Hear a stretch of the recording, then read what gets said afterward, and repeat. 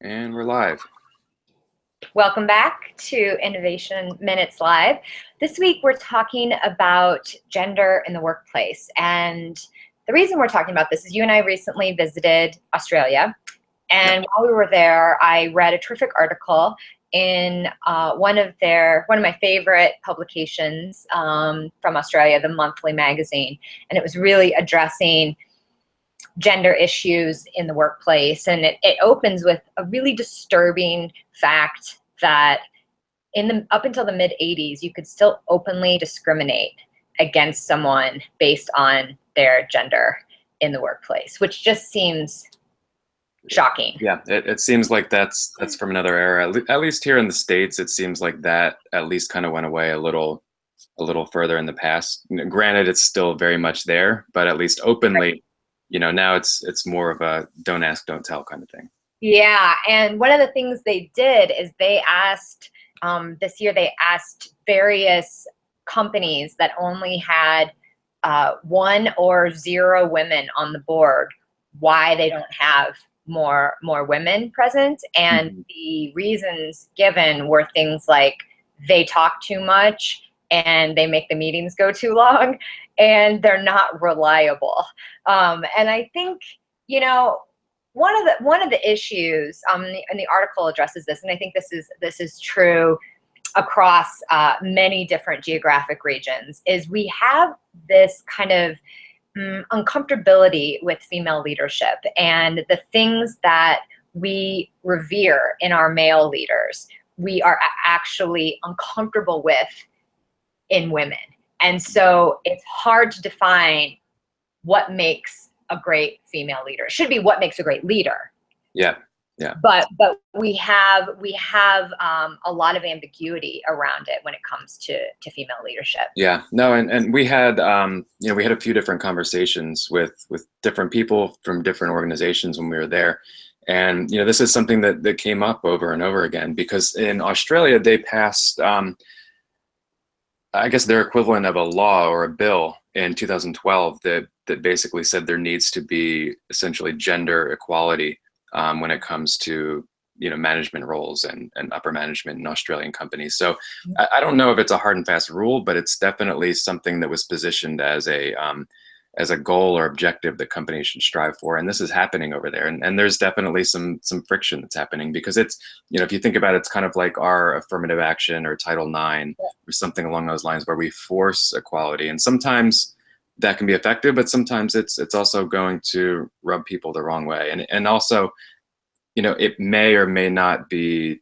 the right way to handle it in terms of it being a long-term solution or just a Band-Aid that kind of masks the real issue.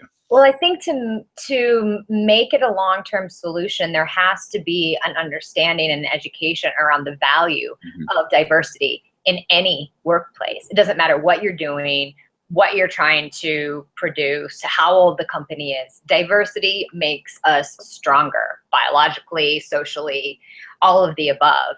And so I think until that's really embraced and each demographic doesn't have to, quote unquote, prove its worth in each individual situation. And, one of the things that happens is you have this sort of glass cliff versus glass cushion phenomenon, where the glass cliff is, okay, let's bring in a woman now that, the company is in trouble and we need someone to fix it and they're almost set up to fail. Whereas you have more of these glass cushion positions where you have, maybe a white male CEO that can just kind of coast when things are going well. And you see that a lot. One of the things that really gave me hope, and I don't know if we have the equivalent of this in the US, but a group of male CEOs in Australia have created a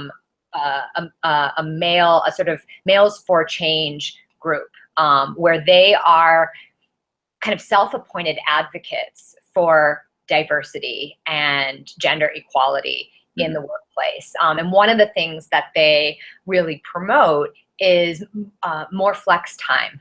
So, paid time off, being able to work perhaps outside of the office some of the time, and that's something we're going to talk about next week as well. And I think that we're seeing a lot of those conversations happen in the US too. Yeah, and I think, that's an important point, because it really kind of underscores the fact that the issue with women not reaching the sea level, I think a lot of times you hear the excuse of, well, it's just because of lack of available candidates. And there's probably truth to that, but that's not the cause, Or right? that they've all self-selected out Yeah, because they just want to have kids and don't want to work anymore. yeah, it's more of a symptom of the fact that women who are very good potential leaders of the future are weeded out of the process long before they ever reach the sea level. So, I think that's where, maybe when I say that the Australian regulation could be kind of a Band-Aid, that's what I mean. I think the emphasis needs to be put on this issue much, much earlier in the process. Yeah, and this is, I mean, let's not pretend that this isn't a major issue still in the US. I mean, yeah.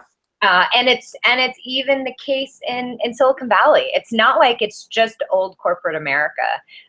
We see this all the time in Silicon Valley, in who gets funded, in prominent startup founders. This is not industry specific. This is not region specific.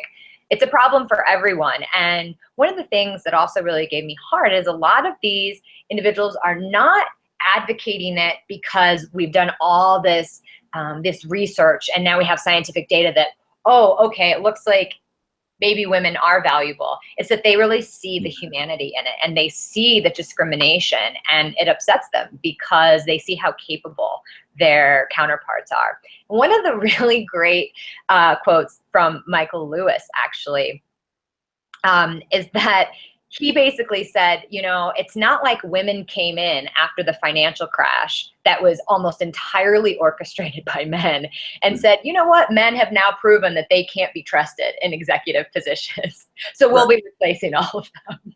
Yeah.